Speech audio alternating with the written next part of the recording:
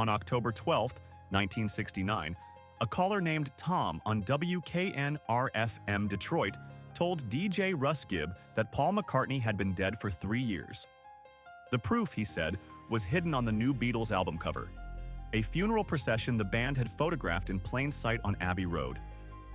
The photograph was taken August 8, 1969, by Ian McMillan in roughly 10 minutes outside EMI Studios. Believers read it as a casting call.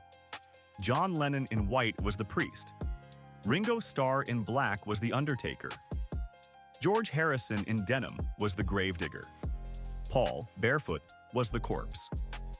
3 days after the Detroit broadcast, a Michigan student named Fred Labor published a satirical review in the Michigan Daily inventing dozens of clues on deadline. Labor later confessed he made most of them up because he was bored. Life magazine flew to Scotland and photographed Paul alive. The denial multiplied believers instead of killing them. On the left curb sits a white Volkswagen Beetle wearing license plate LMW281F. Decoders read it as Linda McCartney weeping, and the 28 as how old Paul would have been if he had lived. The car belonged to a flat across the street. Its plate later sold at auction in 1986 for £2,300. Paul's bare feet became the smoking gun. In some funerary traditions, the dead are buried shoeless. McMillan's contact sheet tells the actual story. McCartney wore white sandals in the first 4 takes and kicked them off for the 5th because the August asphalt was hot. The 5th frame is the cover. His right hand holds a cigarette. Paul writes left-handed, so believers called the right hand proof of an imposter named William Campbell, supposedly identified in a 1966 police gazette that has never been located. McCartney has smoked with either hand since boarding school. The wrong hand was never wrong. Behind George Harrison sits a black Metropolitan Police van. Believers read it as the wagon waiting to collect the body. The vehicle was an actual police unit assigned to manage Abbey Road traffic that morning. Its constable had stepped out for tea. The myth wrote him into the funeral procession. The band addressed almost none of it. McCartney's only direct response came in a November 1969 Life cover story, where he borrowed Mark Twain.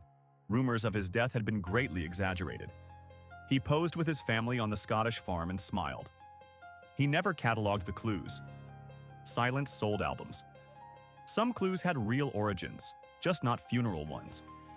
The Walrus on Magical Mystery Tour was Lennon's surrealism, not Norse code for death. The backwards loop on Revolution 9 sounded like Turn Me On, Dead Man, because the human auditory cortex compulsively hunts for words inside random noise. By 1994, researcher Andrew Reeve had cataloged more than 400 alleged clues across Beatles albums. Fewer than a dozen were intentional. The Abbey Road cover was chosen because Lennon liked how the cars lined up in the 5th frame. McMillan was perched on a stepladder. The whole shoot lasted 10 minutes. Folklorist Barbara Suchek argued in a 1972 paper that Paul is Dead was the first crowdsourced conspiracy theory in pop culture. Fans were treating a pop record like a sacred text, decoding it for proof their idol still belonged to them. The clues were less about Paul than about ownership.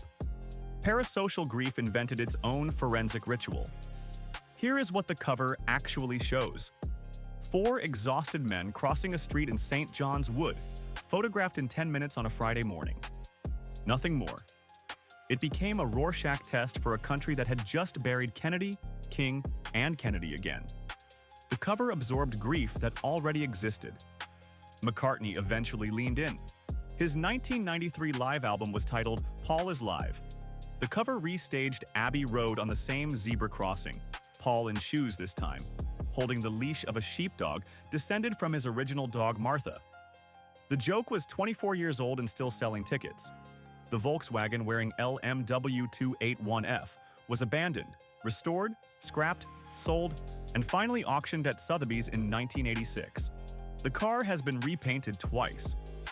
The original plate now sits behind glass at the Volkswagen Museum in Wolfsburg, cataloged as the most decoded license number in popular music history.